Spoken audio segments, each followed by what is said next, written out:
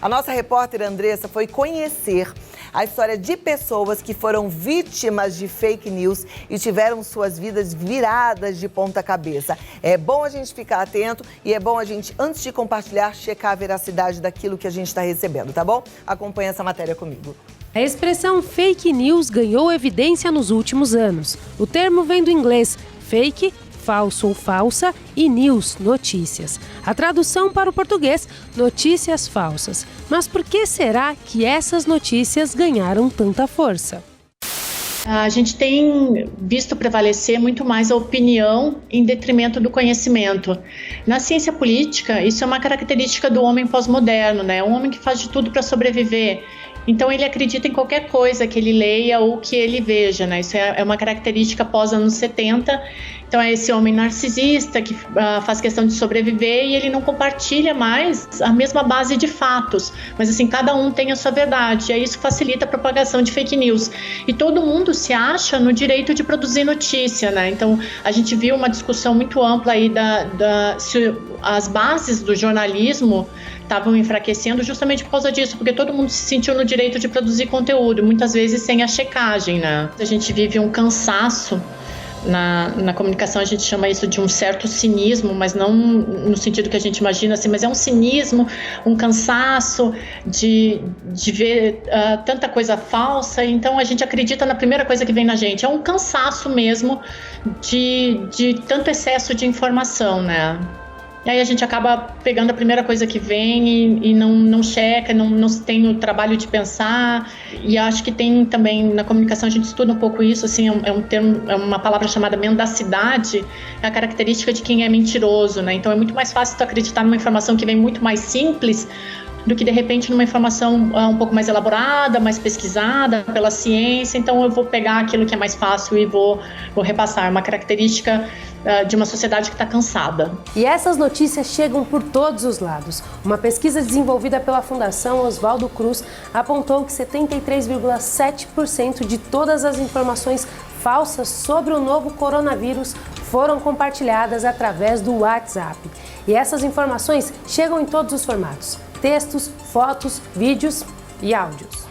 Gente, acabei de receber a notícia que o Dr. Edson, ortopedista, que trabalhou na CEISA, qual o nome dele?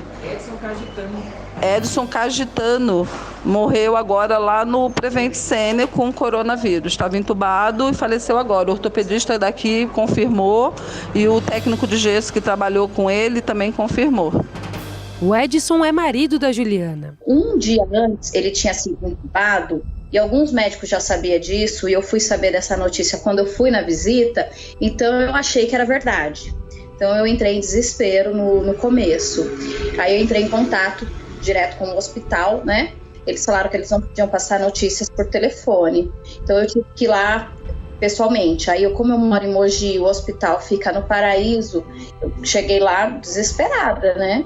Então, aí a recepcionista me atendeu, foi muito atenciosa, falou que o hospital tinha entrado em contato realmente comigo. Eu falei que não. Aí ela falou assim, então não acredita nessas notícias que você vê, porque são muitas notícias falsas que tá circulando. Aí ela ligou, né, ele estava no 7º andar da UTI, ela ligou lá no andar, o médico que estava lá e a enfermeira falaram que ele estava entubado, porém estável, né, que não havia acontecido nada além daquilo. Eu entrei em contato com todas essas fontes que foram me passando, né, que ele havia falecido e desmentindo, né, e perguntando de onde tinha surgido isso. E aí falaram que foi de uma enfermeira que tinha passado, que ele havia falecido. Eu tenho até o áudio dessa enfermeira falando, entendeu?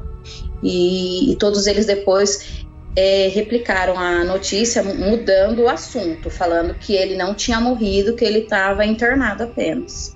Repassar informação falsa é muito perigoso, por isso é importante checar a fonte da notícia.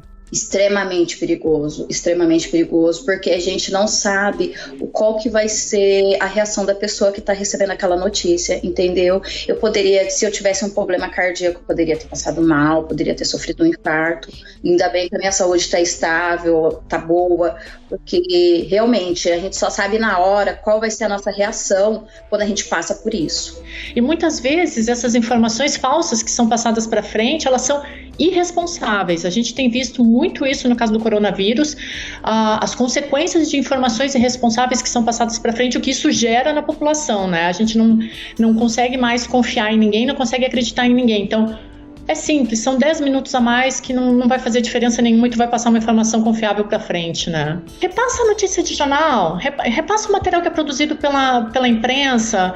Esse material é mais confiável, assim, não fica repassando tudo que tu recebe. O que fazer quando se compartilha uma notícia falsa? Pelo amor de Deus, né? Ela tem que ir lá e falar, olha, mentira, foi uma mentira, uma notícia falsa, me desculpe, não chequei.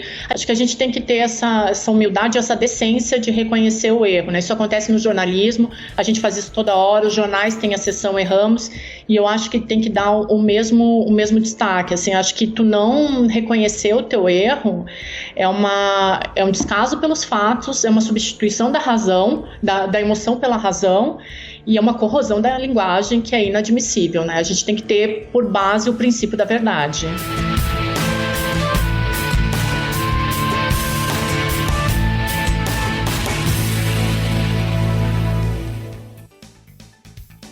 E aprender sobre a seriedade dessa propagação de fake news, né? E é muito importante, gente, antes de divulgar, checa. Tem tantos sites hoje, o E-Farsas é um deles, você pode colocar lá, checar, será que isso é verdade, será que é mentira? Então, presta atenção, tá bom?